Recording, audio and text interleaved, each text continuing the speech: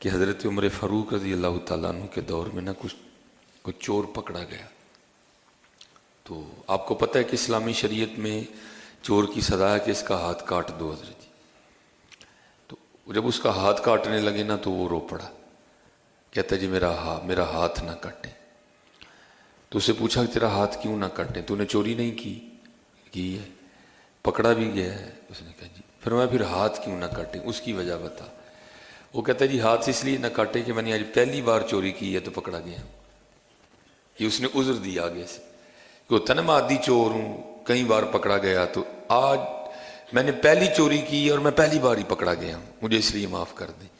تو دیکھو یہ یقین تھا حضرت عمر رضی اللہ تعالیٰ عنہ کہ اپنے رب کی کریمی پر, یہ ان کو یقین تھا اس بات پہ کہ وہ ستار العیوب ہے, وہ عیبوں پہ پردے ڈالتا ہے. کتنا یقین تھا کہ آپ اسے فرمانے لگے ہو تجھے شرم نہیں آتی, ایک چوری کرتا ہے اوپر سے جھوٹ بھی بولتا ہے.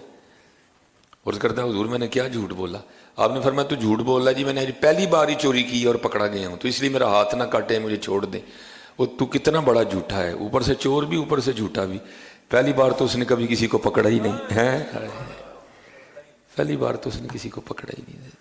سچ بتانا حضرت جی, اگر پہلی بار پکڑتا تو نہ تسی ایتھے ہوندے تے نہ میں ایتھے ہوندا حضرت جی, پھر پتہ نہیں سارے کتنے ہوندے حضرت. وہ تو بڑا معاف کرنے والا رب ہے حضرت, اور میں نے کہا اس کی معافی کا نظام بہت بڑا ہے حضرت جی, بہت بڑا معافی کا نظام اس کا. معافی منگی اپنے اللہ کو حضرت. اور جس دور میں سے حضرت ہم گزر رہے ہیں تو دور ہی بڑا اوکھا ہے حضرت جی, پیر پہ گناہ منہ کھولے کھڑا ہے حضرت جی. آؤ حضرت جی اپنے اللہ کو منگیے. جس کو اللہ بچائے پھر اس کو کوئی نہیں گمراہ کر سکتا. اپنے اللہ کے روئیے, اپنے اللہ کے گڑ گڑائیے, یا اللہ سانو بچا لے, یا اللہ سانو بچا لے. ہاں اگر ہم بچنا چاہتے ہیں تو اگر ہمارے ہی بچنے کا پروگرام نہیں تو پھر کیا کیا جا سکتا ہے؟ اگر ہمارا یہ حال ہو کہ اتو کو جو اور سانتے وچو کو جو اور سانتے, پھر کیا جا سکتا ہے؟ وہ کس طرح بچاتا ہے؟ امام غزالی نے اس کو حکایت کیا. آپ فرماتے ایک بزرگ تھے تو انہوں نے خواب میں دیکھا کہ فرشتہ آسمان سے اترا ہے نیچے, ایک فرشتہ آسمان سے نیچے اترا ہے. تو وہ بزرگ جی ہیں نا, وہ خواب ہی میں فرشتے کو پوچھتے ہیں کہ بھئی تو زمین پہ کیا کرنے آئے؟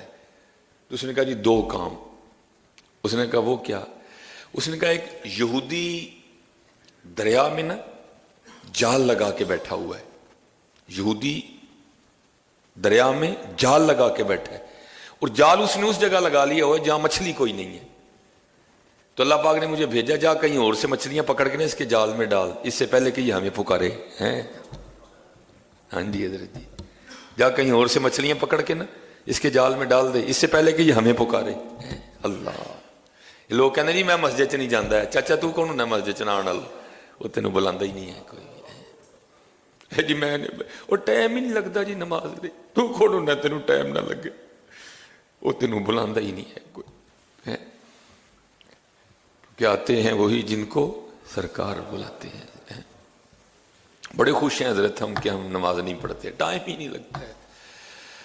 ہو حضرت موسیٰ علیہ السلام واز فرما رہے تھے, آپ نے فرمایا یہ گناہ نہ کیا کرو, اللہ ناراض ہو جائے گا. ٹھیک ہے جی, اللہ جب ناراض ہوتا ہے تو پھر اس طرح بندے کو عذاب دیتا ہے. کہ بندہ اٹھ کے کھڑا ہو گیا, اس نے کہا جناب میں تو جو گناہ کرتا ہوں تو اللہ کی عنایات مجھ پہ بڑھتی جاتی ہیں. میرے پاس مال بڑا ہے, میرے پاس جائیداد بڑی ہے, میرے پاس زمینیں بڑی ہیں, میری اولاد بڑی ہے. حضرت موسیٰ علیہ السلام بھی حیران ہوئے. آپ نے جا کر نہ کوئی طور پہ اللہ کی بارگاہ میں عرض کی, یا اللہ میں تیرے بندوں کو تیری طرف دعوت دے رہا تھا, ان کو ڈرا رہا تھا تیری نافرمانی کے عذاب سے. تو ایک بندہ اٹھ کھڑا ہوا, وہ کہتا ہے میں جو نافرمانی کرتا ہوں تو مجھ پر اللہ کی عنایات بڑھتی جاتی ہیں. میرے پاس مال بڑا ہے, میری اولاد بڑی ہے, میرے مویشی بڑے ہیں, میرے پاس زمینیں بڑی ہیں. تو یا اللہ یہ رنگ. تو اللہ نے فرمایا اے میرے کلیم, میرے جو عذاب کے رنگ ہیں نا ان میں جو سب سے ڈاڈا عذاب ہے میں نے اس وقت اس کو وہ دے رکھا ہے.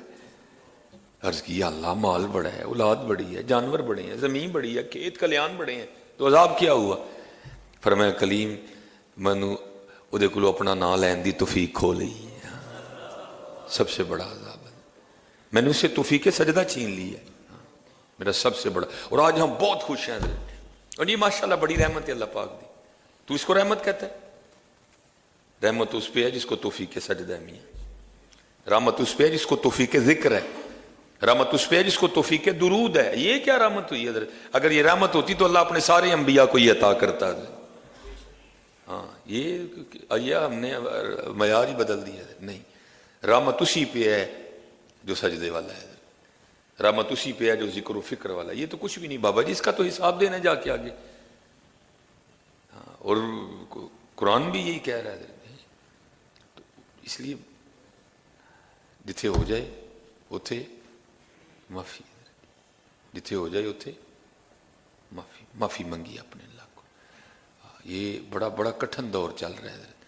اس کا ایک ہی علاج ہے اپنے اللہ کو سچی معافی. اچھا پوچھا کیا کرنے آیا؟ کہ ایک یہودی اس جگہ جال لگا بیٹھا جہاں مچھلی کوئی نہیں. اللہ نے مجھے فرمایا کہیں اور سے مچھلی پکڑ کے اس کے جال میں ڈال کے تے سانو پکار ہی نہ لگے، یہ تے سانو ہی نہ آواز مار دے. ہائے ہائے. اچھا دوسرا کام، کہ ایک زاہد ہے اللہ کا عاشق جو کئی سالوں سے اپنے نفس سے جنگ لڑ رہا ہے اللہ کے لیے. تو آج اس کے دل میں نا حلوہ کھانے کی خواہش بیدار ہوئی تھی. تو ایک بندہ اس سے پیالی میں حلوہ دے بھی گئے. میری اللہ نے ڈیوٹی لگائی، جا کے حلوہ روڈ چھڑ کے تے حلوہ کھا لیا تو ساڑھے تو غافل ہی نہ ہو جائے. بچاتا ہے حضرت تو اپنے بندوں کو، وہ بہت بڑا بچانے والا ہے.